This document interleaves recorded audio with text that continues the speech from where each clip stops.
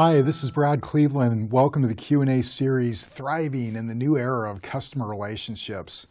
Today's question is, hi Brad, accurate scheduling seems to be getting more difficult all the time in our multi-channel contact center. What recommendations do you have to help us get this area tuned up? Well, if it's any comfort, you're not alone. The very forces that are making workforce management more difficult, think complex contacts and new contact channels and heightened customer expectations, the need for more diverse agents and other factors, they're creating an environment in which getting it right is more important but more challenging than ever. I've found that organizations getting the best scheduling results, they tend to take steps beyond the mechanics of calculating required staff and putting schedules together. And here are 5 of their secrets, if you will. The first is to have a clear set of values that guide decisions. This involves a dialogue with senior level management and thinking through key questions. What happens when workload forecasts come in high or low? Who pays the price if workload exceeds demand? Is it customers and our agents in the form of long queues and high occupancy? Or maybe the budget needs to be adjusted, in the form of higher costs to maintain that available margin of staff. What alternatives exist to maintain consistent service levels, from scheduling options to backup from other departments or help from an outside business partner? There are many possible answers to these questions. The important thing is to think them through ahead of time. You're going to know where you stand with your executive level team. Second, model different scenarios. It takes some work, but it pays off. Given the many components that go into schedules, experimenting with alternatives highlights trade-offs and enables you to make better decisions.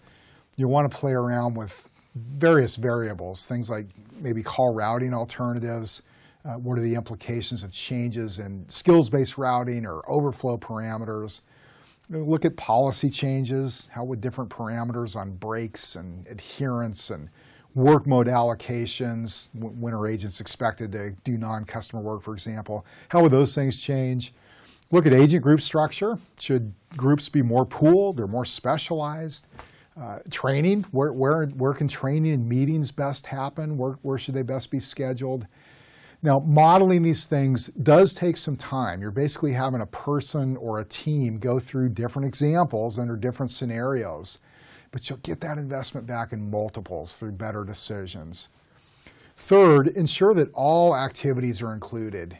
Too often contact centers have extra work beyond the schedules that's unaccounted for, but that exacts a heavy price and psychological weight and creates fires when it's ignored for too long. Unfinished projects or casework results in additional contacts and repetitive work. So take an inventory of activities that's as comprehensive and specific as possible. Fourth, resolve inherent conflicts. Those who have forecasting and scheduling responsibilities encounter many challenges, requests from other areas, perhaps preempting schedules, new marketing campaigns, unannounced schedule exceptions among agent teams, that can happen, maybe unclear lines of authority between supervisors and workforce planners.